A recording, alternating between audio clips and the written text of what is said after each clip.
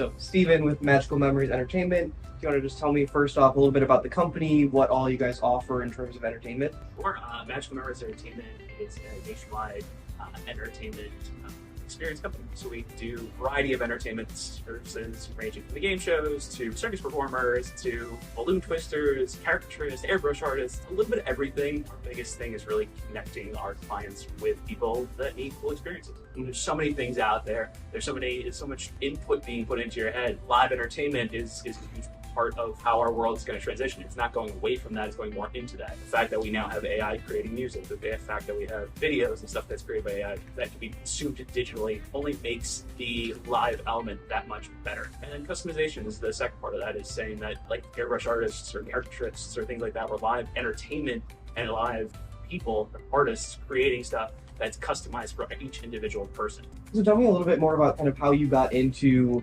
developing some of these game shows, figuring out all of these different entertainment options that you can provide. How did that journey look for you?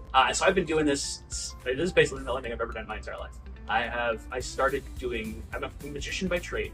So when I was 8 years old, 7, 8 years old, I started doing magic as like a hobby and liked to do it. And then once I graduated, even in high school, I started to perform it professionally. And then once I graduated high school, I went to college. When I was in college, I developed the company. Anytime somebody asked me, hey, can you do balloon twisting? Can you do juggling? Can you do DJing? Whatever. I wouldn't necessarily have the skills, but I would always turn around and try to find friends or make friends that were able to do those things. I never said no. So I was blessed, because I kept my eyes open. I always, anytime I did an event, I tried to meet people, and I always connected with people, because it's important for me at least to have that personal connection with people. So I always tried to make friends with people and then ensure that they do a really good job. And that's how I kind of transitioned. I think I grew my roster and stuff, which grew my friend base. It's really not even a roster, but a friend base. It made it just that much easier. So anytime somebody said, hey, I need somebody, to do whatever, I could be like, oh, actually, I know a guy who can juggle a fire truck. I don't know.